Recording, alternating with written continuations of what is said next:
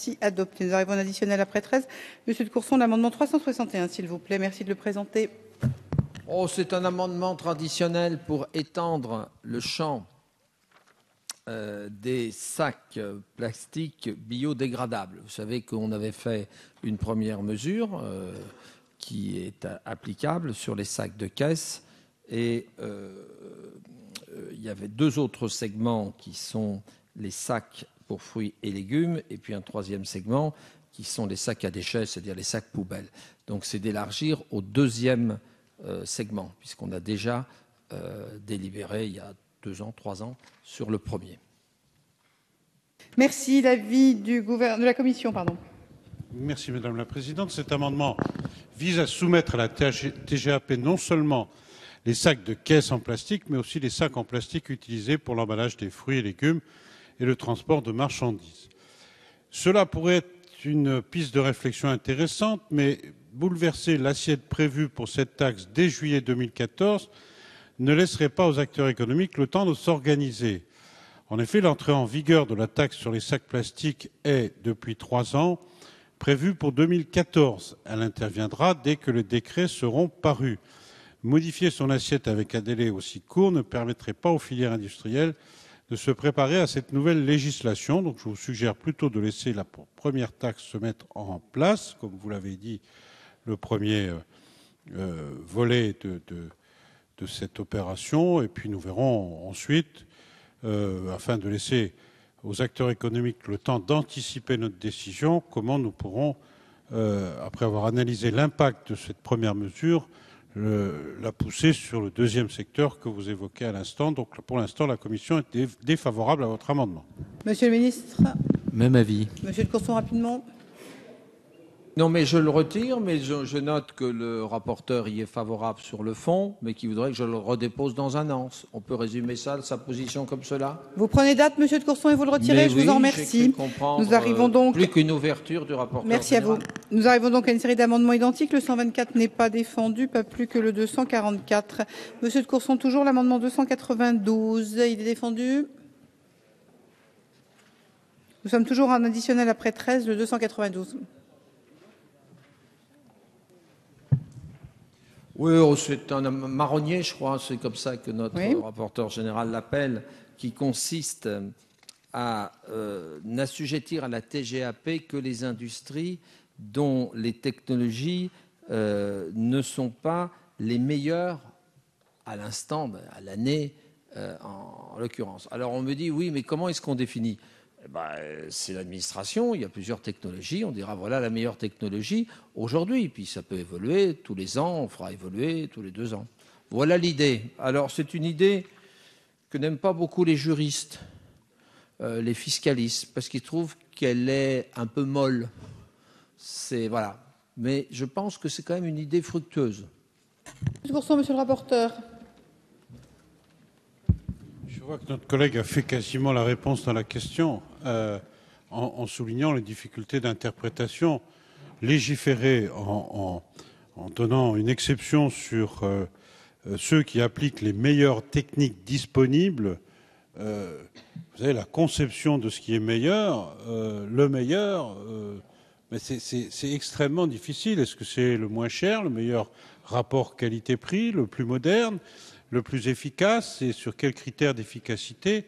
Je crois qu'on en a véritablement quelque chose qui serait plus que source de contentieux.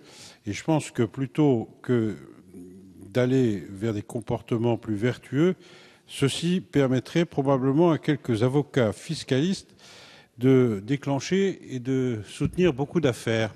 Monsieur le ministre, avis défavorable. Monsieur Alauzet, vous avez demandé la parole. Oui, j'ai déjà eu l'occasion de répondre à notre collègue de Courson en commission. Bien entendu, pour autant qu'on puisse juger de la meilleure technologie, si même c'était la même technologie, on est bien sur une TGAP, donc activité polluante. Et si la meilleure technologie ne règle pas le problème de pollution, il n'y a pas de raison, même si on pollue un peu moins qu'avant, d'exonérer l'entreprise ou l'investissement de cette TGAP. Donc il y a un petit non-sens là, dans cette affaire-là. Bien, monsieur de Courson.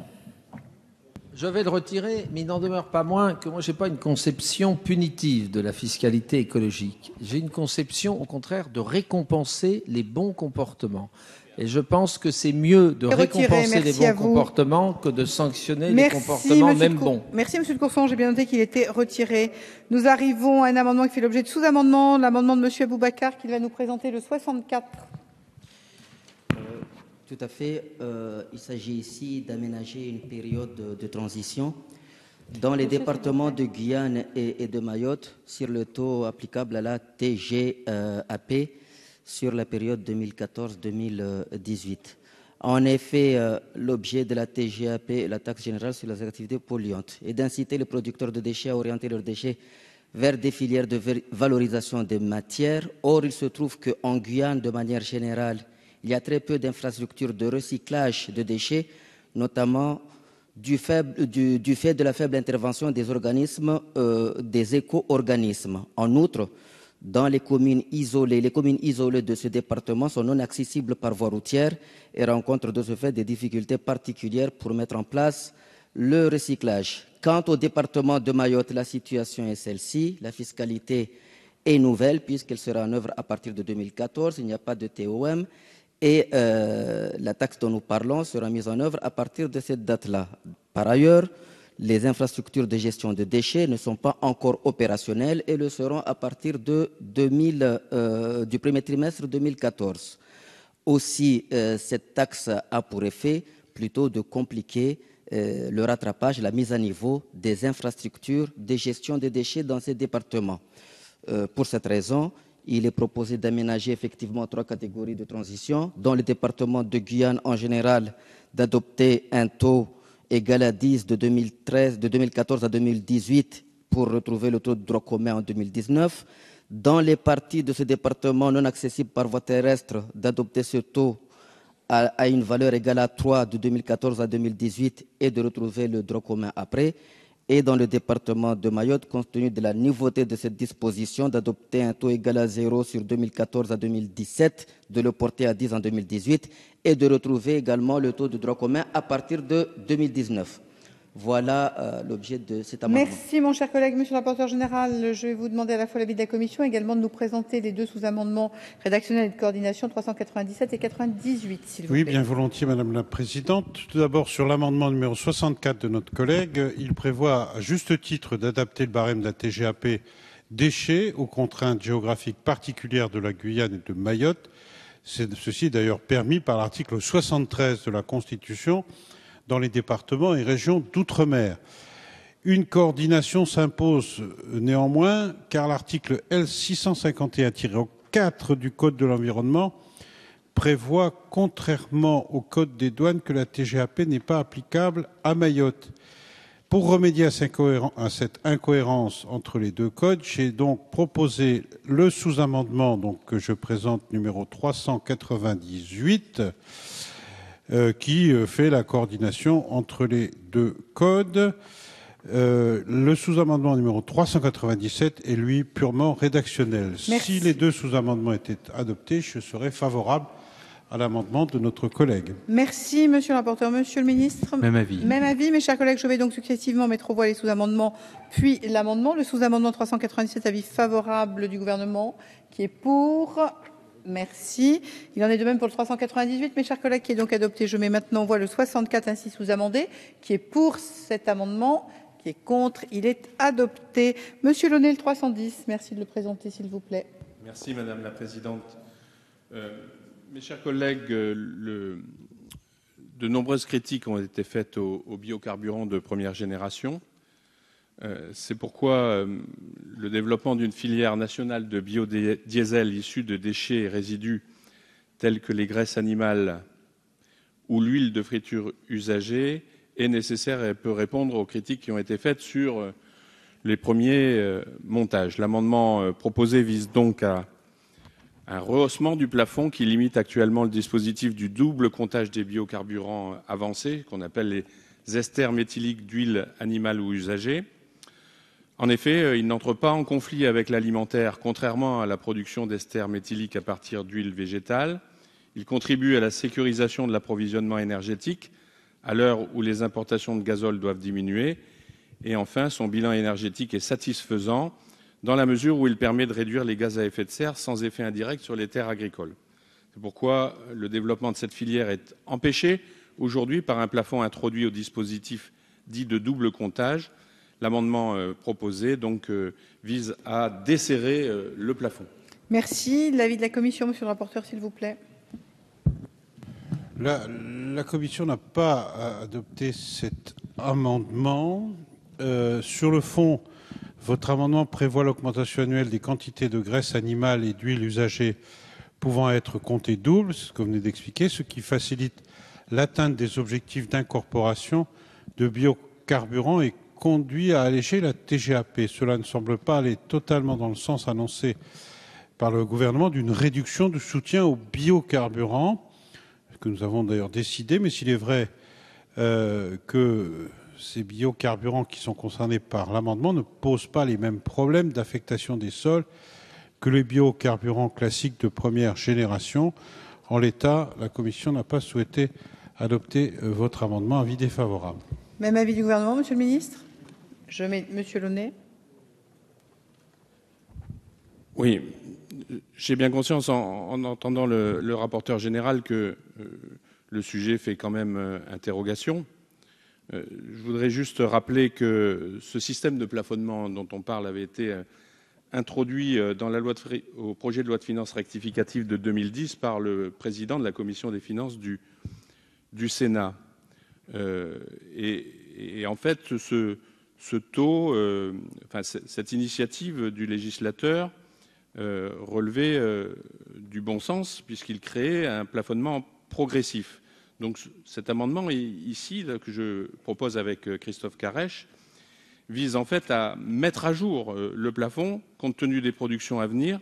Et il me semble que ça permettrait d'encourager une nouvelle filière, mais en même temps de concourir à diminuer les importations pour ne pas aggraver la dépendance énergétique. Je demande, monsieur le rapporteur et à monsieur le ministre, qui revoient leur position à l'aune de ces explications complémentaires. Mais alors, vous le maintenez ou vous le retirez, monsieur Launay? Vous le maintenez. Je mets donc aux voix cet amendement. Qui est pour? Merci. Qui est contre? Il n'est pas adopté. Monsieur Thévenoud, l'amendement 249, s'il vous plaît. Oui, merci Madame la Présidente. La question que je voulais poser à la faveur de cet amendement 249 est celle de l'optimisation fiscale des multinationales du tabac. 4 multinationales se partagent 90% du marché du tabac en France. Elles dégagent chaque année des profits considérables, en augmentation de 10% par an depuis 10 ans. On estime ainsi que les profits des 4 grands groupes approchent 1 milliard d'euros par an.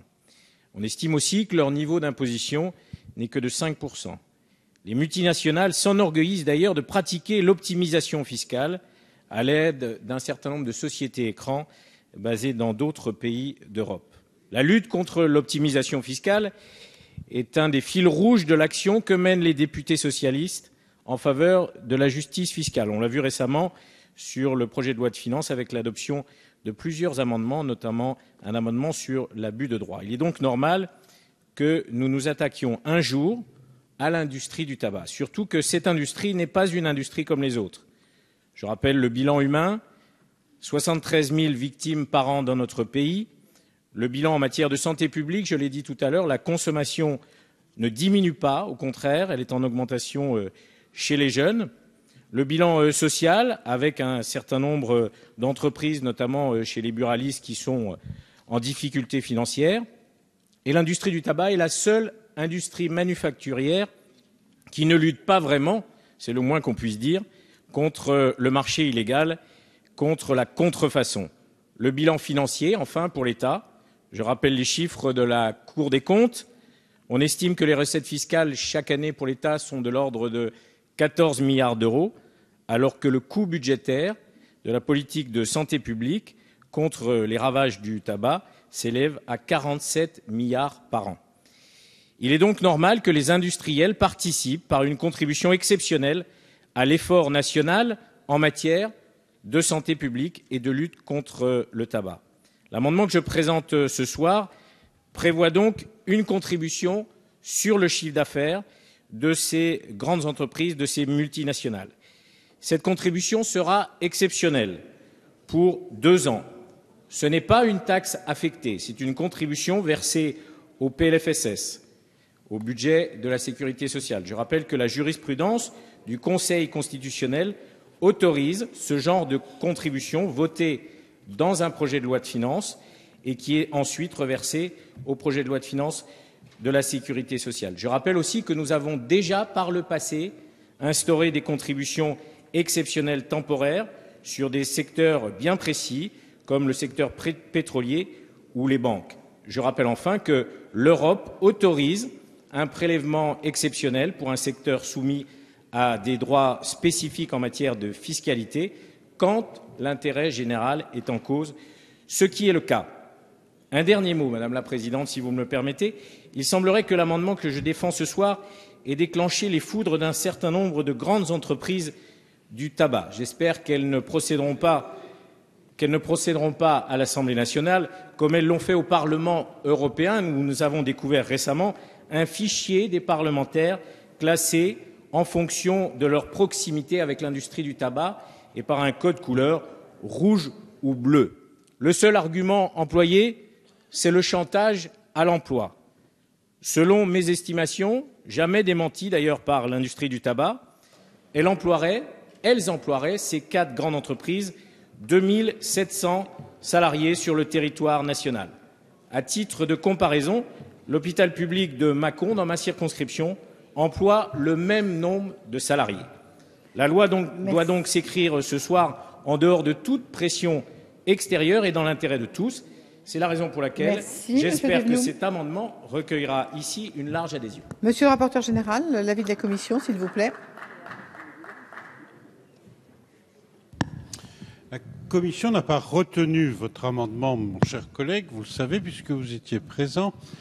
Mais je me dois de faire quelques remarques. Tout d'abord, vous avez raison sur votre analyse sur les possibilités offertes par la directive 2008-118-CE qui encadre la fiscalité sur le tabac et que la possibilité que vous évoquez n'est pas contraire, même s'il y aurait d'autres moyens d'arriver à la même fin. Je vais faire court. Deuxième remarque, vous dites ne pas vouloir viser le prix des cigarettes, mais plutôt le bénéfice des cigarettiers. Mais je ne vois pas très bien ce qui empêcherait les 10 cigarettiers de répercuter ce nouveau prélèvement sur les prix pour maintenir ce qu'il est appelé leur prix hors taxe et remise. Ils sont tout simplement tenus de communiquer ces prix aux douanes qui les homologuent et la fiscalité, du moins sa part proportionnelle, s'ajuste à la hausse, ce qui conduira à une augmentation évidemment du prix du paquet de cigarettes qui, je le rappelle, va déjà augmenter en moyenne de 35 centimes en janvier. Je ne suis pas intervenu tout à l'heure dans le débat sur l'article précédent mais si j'ai une réaction un peu vive, Monsieur Mariton, c'est tout simplement parce que c'est parce que l'article en question, lui, effectivement, il mettait le droit en conformité. C'était tout simplement la mise en conformité par rapport à la législation. Alors, je suis particulièrement sensible à cette question, étant élu de la circonscription la plus voisine du Luxembourg. Je connais la situation des buralistes transfrontaliers, je connais le plan d'accompagnement qui est signé entre l'État et la profession. Je reçois régulièrement ces membres de profession. Bon, enfin, on ne va pas revenir sur un débat antérieur. Je voulais simplement dire que, voilà, on se met effectivement en conformité avec le droit européen dans cet article. Enfin, si on n'est pas capable, nous, à la lecture des commentaires et de l'article, de voir qu'effectivement, ça correspond en l'occurrence à une question qui est liée à la circulation des produits liés au tabac, je crois que c'est à ce moment-là, il faut qu'on se regarde dans la glace avec un regard un peu plus critique. Voilà. Alors, Monsieur Thévenoud, voilà l'analyse que je fais de votre amendement. La Commission s'y est montrée défavorable. Merci, Monsieur le Ministre. Oui, Madame la Présidente, Monsieur le député Thévenoud, je voudrais également profiter de cet amendement pour apporter quelques précisions sur l'article auquel faisait référence à l'instant le rapporteur général et qui concerne la mise en conformité de notre législation avec des dispositions européennes concernant les conditions d'achat de tabac à l'étranger et par ailleurs répondre à votre amendement. Alors, je voudrais rappeler aux parlementaires de l'opposition et à vous-même, Monsieur Thévenoud, qui vous êtes exprimé sur ce sujet, qu'en 2006, mon prédécesseur de l'époque, qui s'appelait Jean-François Copé, a dû faire face à un amendement présenté par la majorité de l'époque, auquel il était défavorable, amendement qui proposait qu'on modifiât les conditions d'achat pour les ressortissants français de tabac par-delà les frontières, en restreignant les conditions d'achat de manière à prendre des mesures de lutte contre la contrebande et également protéger la profession de buraliste. Cet amendement a fait l'objet de procédures contentieuses qui ont abouti à un jugement de la Cour de justice de l'Union européenne de mars 2013. Ce jugement de la Cour de justice de l'Union européenne de mars 2013 nous enjoignait de nous mettre en conformité avec la réglementation européenne, considérant cette réglementation et la Commission que les dispositions qui avaient été prises à l'époque par le législateur français n'étaient pas conformes au droit européen. Mon prédécesseur a donc pris, en l'absence de texte législatif à l'époque permettant de faire entrer dans le droit français ce que la Commission, par son jugement, nous demandait d'entériner, a pris une instruction. Cette instruction est donc en vigueur depuis près de 9 mois.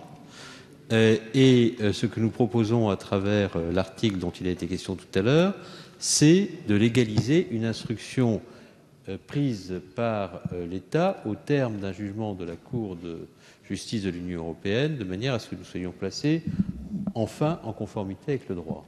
Je voudrais faire 2 remarques par rapport à cette affaire. C'est que lorsque l'amendement a été adopté en 2006 et pendant les années qui ont suivi, il n'y a eu aucune modification des trafics entre la France et les pays limitrophes et frontaliers.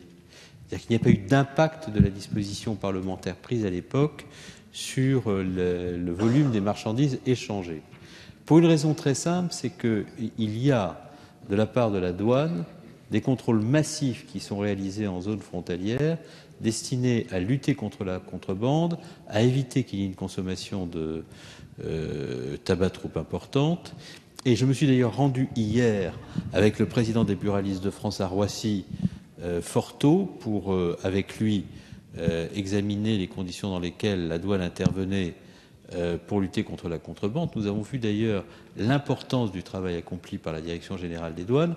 Pour vous donner un chiffre, l'an dernier, c'est 300 tonnes de tabac qui ont été récupérées par la Direction générale des douanes en France au titre de ces actions ponctuelles de lutte contre la contrebande. Cette année, c'est près de 400 tonnes. Donc, pour répondre à la question de M. Mariton, s'il n'y a pas eu de tohu-bohu autour de cette affaire au moment de la présentation du PLFR, c'est tout simplement parce que cette affaire a été réglée depuis près de 9 mois, que des dispositions normatives, juridiques ont été prises par le gouvernement pour se mettre en conformité, et que ce que nous proposons à travers cet article n'est rien d'autre qu'une régularisation législative d'un État déjà existant au terme d'une décision de la Cour de justice de l'Union européenne.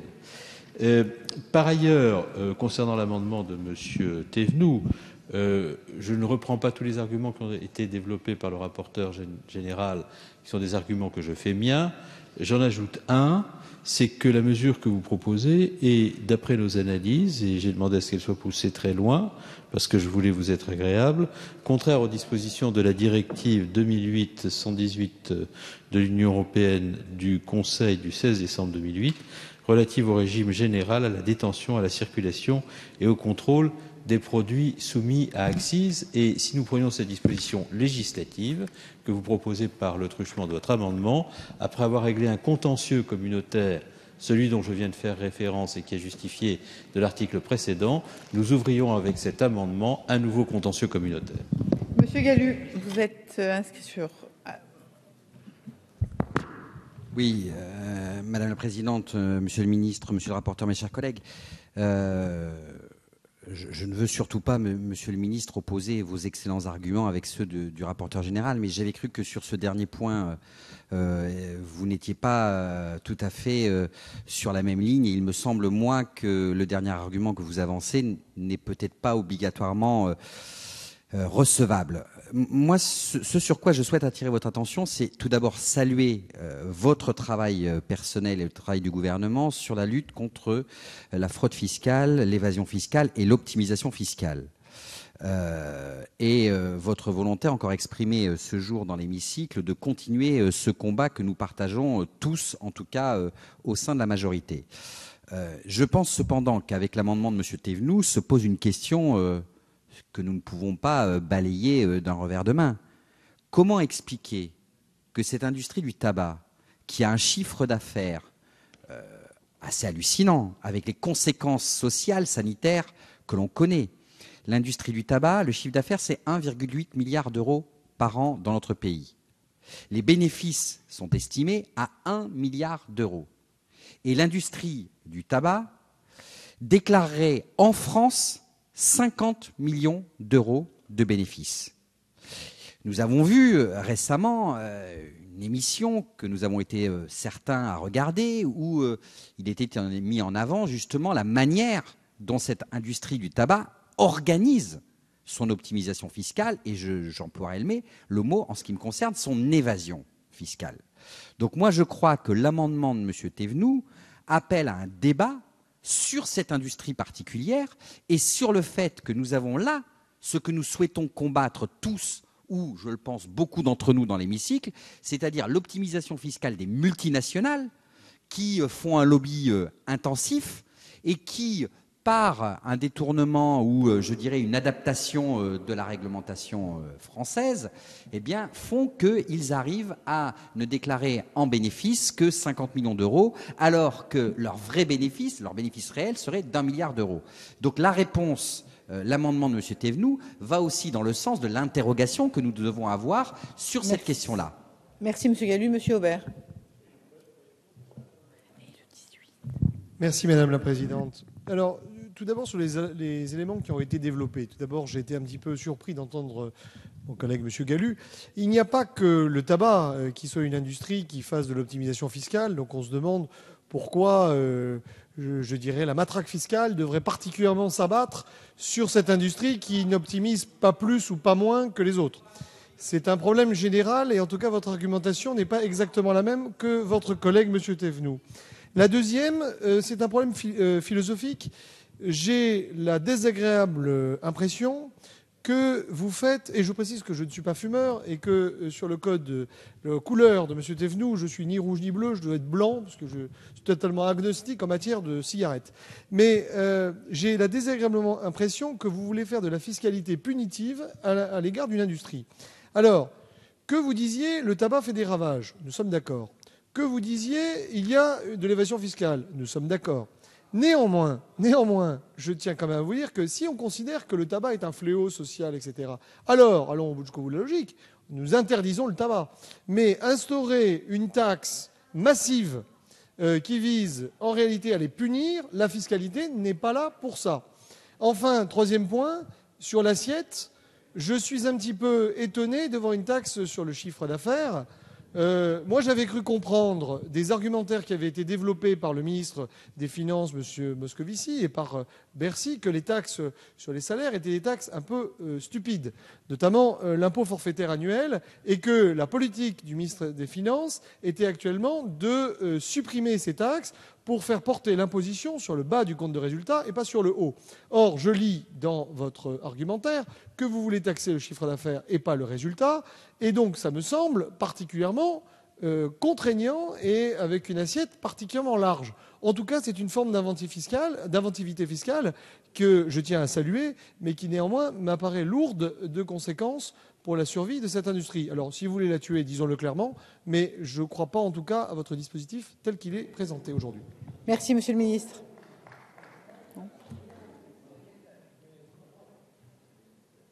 Oui, pour qu'il n'y ait pas du tout d'ambiguïté sur l'état d'esprit du gouvernement par rapport à l'amendement de M. Thévenoud.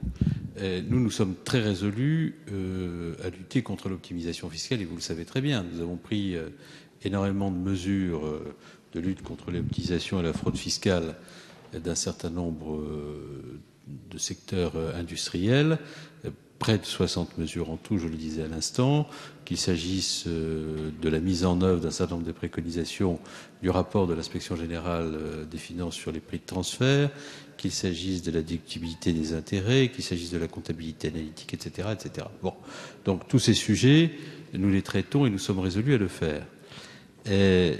Vous reconnaîtrez avec moi qu'il est plus facile de lutter par des dispositions législatives contre l'optimisation de groupes ayant leur siège en France et qui se voient appliquer la législation fiscale française que de le faire à l'encontre de groupes qui sont pour beaucoup situés à l'étranger, et les industriels du tabac sont pour une très grande partie d'entre eux situés à l'étranger, avec toutes les difficultés qui s'attachent à la fiscalisation et à la lutte contre l'optimisation de groupes dont les sièges sociaux ne sont pas situés en France. Vous avez vu d'ailleurs, Monsieur Gallu, Monsieur Thévenoud, toute l'énergie qu'il faut mettre pour faire en sorte que les acteurs du numérique qui n'ont pas d'établissement stable en France se voient fiscalisés en raison des activités qu'ils développent sur notre pays en l'absence d'établissement stable. Donc, nous sommes résolus à le faire, mais vous voyez bien que nous sommes, compte tenu de ce que sont les spécificités de l'industrie du tabac, dans une configuration particulière.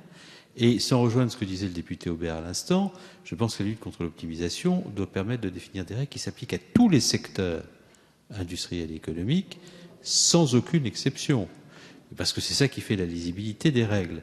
Et ce que nous avons engagé au sein de l'OCDE, avec BEPS par exemple pour ce qui concerne le numérique, au sein de l'Union européenne, avec nos partenaires, doit permettre d'atteindre cet objectif. Aussi ne faut-il pas prendre de dispositions qui ne soient pas conformes à la réglementation européenne. Et pour ce qui concerne le petit désaccord que nous avons avec le rapporteur général, il porte sur le fait que dès lors qu'il y a des accises, si on décide de mettre en place des dispositifs supplémentaires, la recette résultant de ces dispositifs supplémentaires doit être affectée, ce qui n'est pas le cas du dispositif qui est proposé là, et c'est la raison pour laquelle nous considérons que ce dispositif n'est pas eurocompatible. Merci, Monsieur le Ministre. Monsieur le rapporteur général, vous voulez rajouter quelque chose ? On va faire un débat entre le ministre et le rapporteur général, mais sur ce point, et bon, c'est tout, si ça nous sert à clarifier les choses pour l'avenir, tant mieux.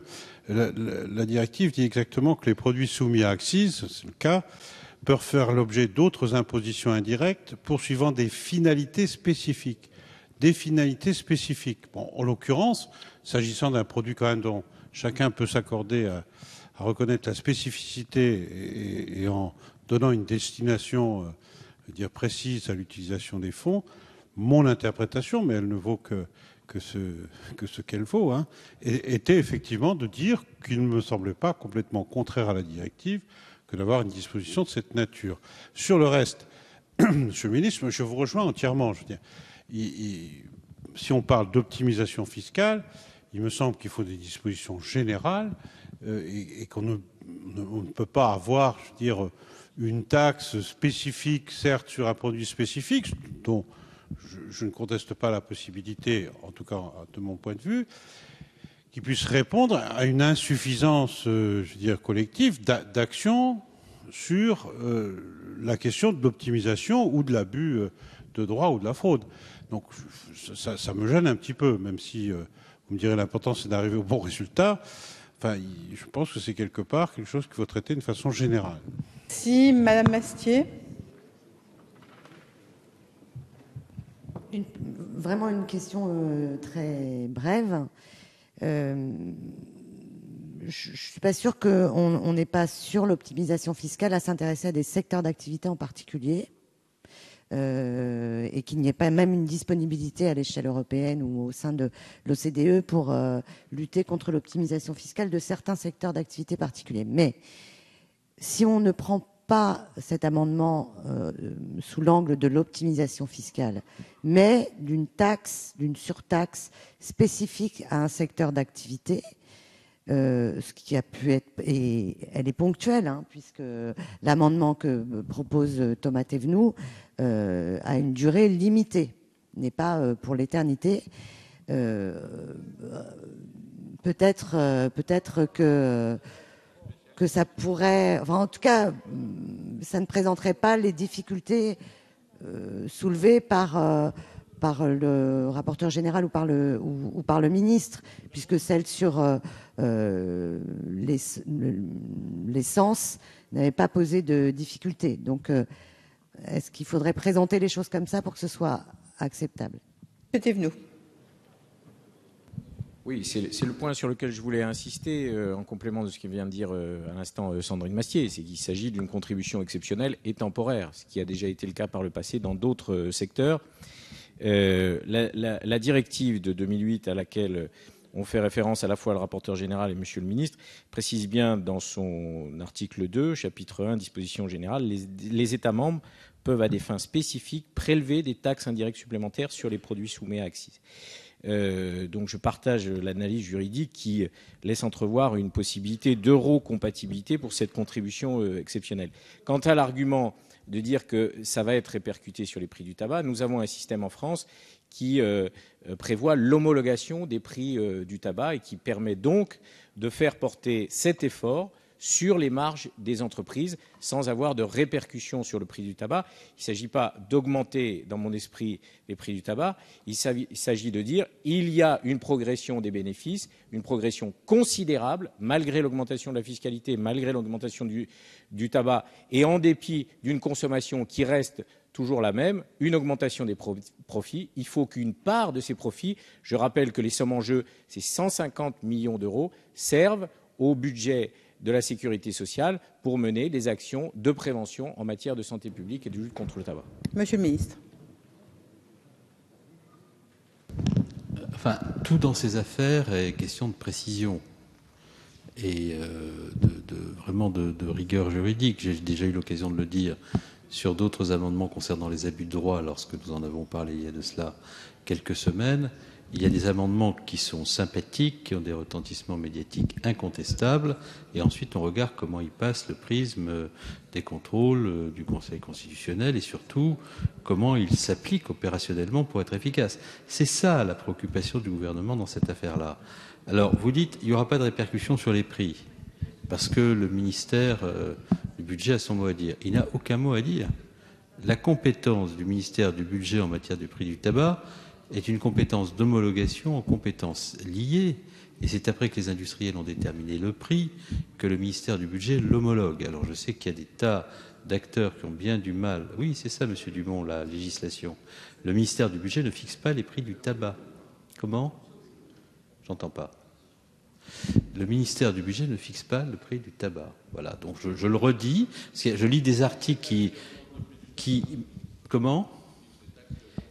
Oui, bien entendu, ils fixent les taxes qui augmentent le prix du tabac et quand les fabricants décident de répercuter ou pas ces taxes, ils peuvent décider ou pas de le faire, le gouvernement est en compétence liée. Et ce que vous dites, c'est lorsque le gouvernement fixe les taxes, enfin le législateur et que le gouvernement fixe les taxes, les fabricants les répercutent mécaniquement. C'est précisément le contraire qu'indiquait M. Thévenoud à l'instant, en disant on pourra toujours discuter avec le gouvernement. Je redis très clairement ici que le gouvernement ne négocie pas le prix du tabac avec les industriels du tabac. Parce que ce n'est pas comme ça que les choses se passent, et je ne souhaite pas qu'elles se passent comme ça, parce que si elles se passaient ainsi, nous serions en contravention avec les règles qui régissent ces matières. Le gouvernement homologue des prix déterminés par les industriels après qu'ils les ont déterminés. Et vous constatez déjà, et vous constaterez souvent, que cela n'est pas très facile à faire comprendre et n'est pas nécessairement très facile à maîtriser. Si je mets donc au voie cet amendement 249, qui est pour cet amendement. Merci. Qui est contre? Il n'est pas